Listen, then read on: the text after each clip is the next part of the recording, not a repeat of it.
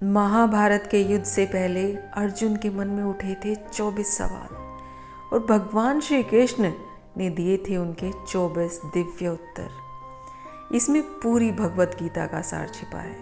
अगर आप भी जीवन में उलझे हैं, निर्णय नहीं ले पा रहे, मन डर और भ्रम से भरा है, तो ये वीडियो आपको एक नई दिशा दिखाएगी। कृष्ण के वही उत्तर जिन्होंने अर्जुन जैसे योद्धा को अंधकार से निकालकर प्रकाश दिखाया था।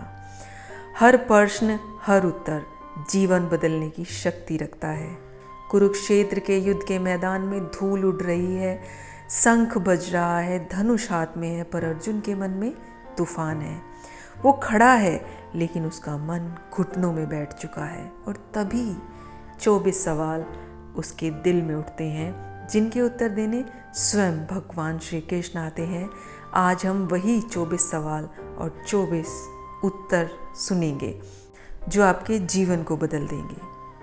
पहला सवाल, माधव मैं इतना टूट क्यों रहा हूँ? श्री कृष्ण कहते हैं, क्योंकि तुम अपने मन को युद्ध भूमि बना चुके हो। मन को शांत करो, युद्ध बाहर नहीं अंदर खत्म होगा, तभी तुम बाहर का युद्ध लड़ पाओगे।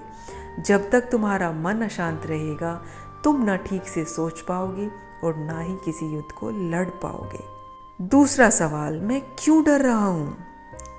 श्री कृष्ण कहते हैं, जहाँ विश्वास कम होता है वहीं भय होता है।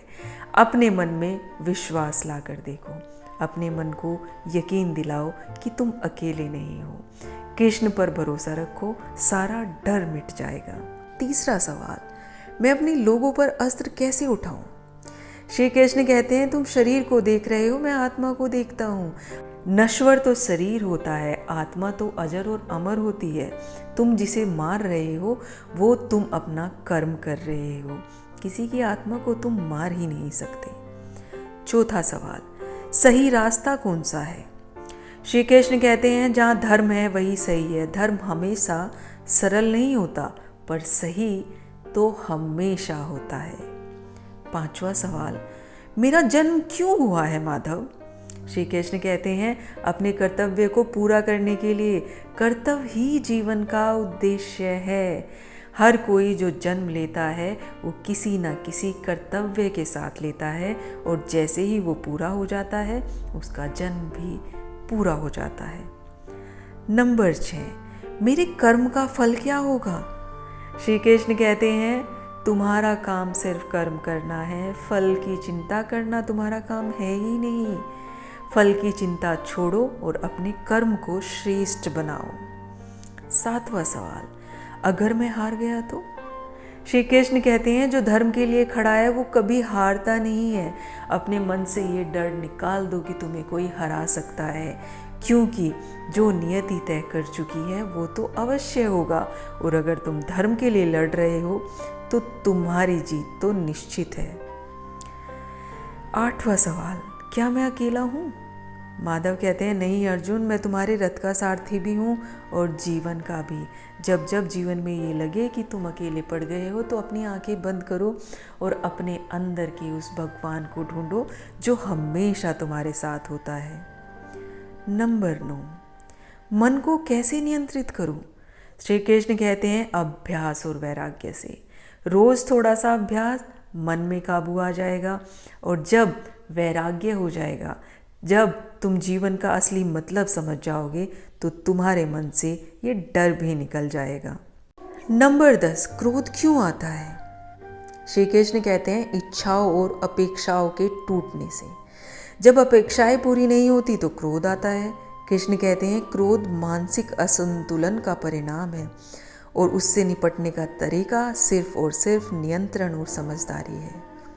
11वां सवाल, शांति कैसे मिलेगी? श्री कृष्ण कहते हैं, संतोष और आत्मसमर्पण से। जो भी इंसान अपने प्रति संतुष्ट है, अपने काम के प्रति समर्पित है, उसे आंतरिक शांति मिलती है। बाहरी चीजें शांति नहीं देती। 12वां सवाल, मैं हमेशा दुखी क्यों रहता हूँ? श्री कृष्ण कहते हैं, क्योंकि इच्छाएं अनंत हैं और उन्हें पूरे करने का व्रत चलता रहता है। खुशी का पीछा करते करते इंसान अनेक इच्छाओं का शिकार बन जाता है।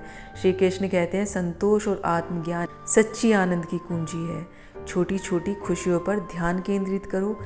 एक दिन में एक सच से खुश होना सीखो और फिर देखो तुम्हें खुशी कैसे मिल जाती है। सवाल नंबर 13, जीवन इतना कठिन क्यों है? श्री कृष्ण कहते हैं क्योंकि आत्मा को इतना परिपक्व बनाने के लिए बहुत सारी चुनौतियां झेलनी पड़ती हैं। कठिनाइयां हमेशा क्षमता और पहचान को परखती है।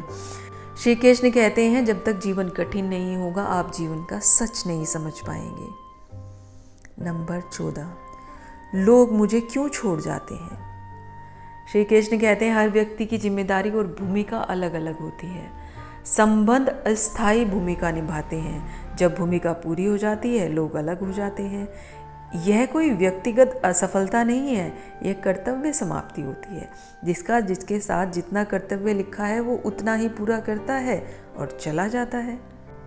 नंबर 15, मैं खुद को कमज़ोर समझता हूँ। श्री कृष्ण कहते हैं तुम आत्मा हो, तुम्हारी जड़ें गहरी हैं। कृष्ण याद दिलाते हैं कि असली पहचान शरीर नहीं आत्मा है। आत्मा में अटूट शक्ति है। कमजोरी केवल तब महसूस होती है जब हम केवल शरीर भावनाओं को ही अपना आधार मानते हैं। नंबर 16, सफलता कब मिलेगी? श्री कृष्ण कहते हैं जब तुम उसके योग्य बन जाओगे। सफलता बाहरी उपलब्धि से पहले भीतर की तैयारी मांगती है। क्षमता, धैर्य और समर्पण ये सब मांगती है। कृष्ण कहते हैं कि प्रयास और योग्यता साथ साथ चलते हैं। नंबर 17, मेरे पास सब कुछ है पर शांति नहीं है। श्री कृष्ण कहते हैं तुम ब्रह्म सुख में शांति खोज रहे हो। बाहरी सुख अस्थायी होते हैं। संपत्ति, पहचान, प्रसिद्धि, शांति ये सब बाहरी सुख हैं। आंतरिक शांति तो तब मिलती है जब आपका मन स्थिर होता है अपने कर्मों से और आत्म विवेक से। नंबर 18, सही निर्णय की पहचान कैसे हो? श्री कृष्ण कहते हैं मन शांत होगा तो मार्ग स्पष्ट होगा। अकारण चिंता और भावात्मक उलझन निर्णय को धुंधला कर देती हैं। कृष्ण कहते हैं संयमित मन ही विवेकपूर्ण चुनाव कर सकता है। इसलिए अपने मन पर काबू करो। जितना आपका मन काबू होगा उतना ही आपके निर्णय सही और अच्छे होंगे। नंबर 19, क्या भगवान हस्तक्षेप करते हैं? श्री कृष्ण कहते हैं वे तब हस्तक्षेप करते हैं जब हम अपने इच्छा का कर्म करते हैं और फिर समर्पण कर देते हैं। श्री कृष्ण कहते हैं भगवान आपका तभी साथ देते हैं जब आप निस्वार्थ भाव से अपना कर्म करते हैं और कर्म करके फल की इच्छा उस ईश्वर पर छोड़ देते हैं तो वो आपको कभी अकेला नहीं छोड़ते। नंबर 20, मृत्यु क्या है?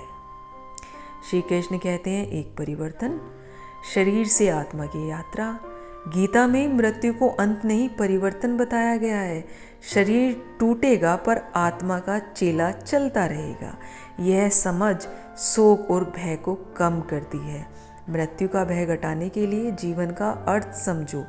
जीवन भर कर्म करके जाने का संकल्प करो, फिर तुम्हारा मृत्यु का भय खत्म हो जाएगा। 21वां सवाल, मेरा भविष्य कैसा है? श्री कृष्ण कहते हैं जैसा तुम्हारा कर्म। भविष्य तय नहीं है पर कर्मों का प्रभाव निश्चित है। कृष्ण बताते हैं जो बीज तुम आज रोपते हो वही फल भविष्य में पाओगे। आज के छोटे छोटे सही कर्म ही तुम्हारा भविष्य बदलेंगे। आलस्य छोड़ो और अपने कर्म की तरफ समर्पित हो जाओ। 22वां सवाल, मैं अपने कर्म कैसे सुधारूं? श्री कृष्ण कहते हैं नियत शुद्ध रखो, दिशा अपने आप सुधर जाएगी। कृष्ण के अनुसार शुद्ध नियत बिना स्वार्थ के कर्म करना। हर दिन एक छोटा सा नैतिक लक्ष्य रखो, ईमानदार बनो, दूसरों की सहायता करो, उस पर खरा उतरने का प्रयास करो और देखो कैसे तुम्हारे कर्म सही होते चले जाएंगे। 23वां सवाल, अगर सब भगवान की इच्छा है तो मेरा प्रयास क्यों? श्री कृष्ण कहते हैं क्योंकि भगवान ने तुम्हें कर्म करने का अधिकार दिया है। यह भाग्य बनाम कर्म की बहस नहीं है। गीता कहती है क्योंकि भगवान ने तुम्हें कर्म का अधिकार दिया है और उसी में तुम्हारी भूमिका है। जब तक तुम कर्म करोगे तभी तुम्हें फल मिलेगा और भगवान फल कर्म के हिसाब से देते हैं। आखिरी सवाल, हे कृष्ण मुझे इस अंधकार से कौन निकालेगा? कृष्ण उत्तर देते हैं, मैं, पर तभी जब तुम चलना शुरू करो। यह अंतिम संदेश है। सहायता तभी मिलती है जब आप पहल करते हैं। कृष्ण आशीर्वाद देते हैं, पर प्रयास आपकी ओर से जरूरी है। यही आत्म सशक्तिकरण का मूल मंत्र है। आज एक छोटा सा कदम उठाओ, किसी एक समस्या का हल खोजो, उसे लागू करो, और यह पहला कदम ही अगला मार्ग खोल देता है। अर्जुन के 24 सवाल आज हमारे सवाल हैं, और कृष्ण के उत्तर आज हमारे कोर्स बुक हैं। हर उत्तर सिर्फ सिद्धांत नहीं है, एक अभ्यास है जो रोज किया जाए तो जीवन बदलता है।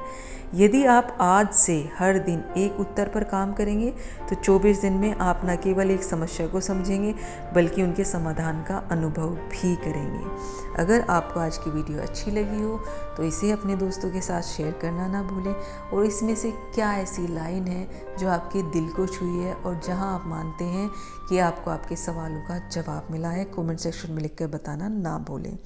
मिलते हैं अगली वीडियो में, तब तक के लिए राधे राधे।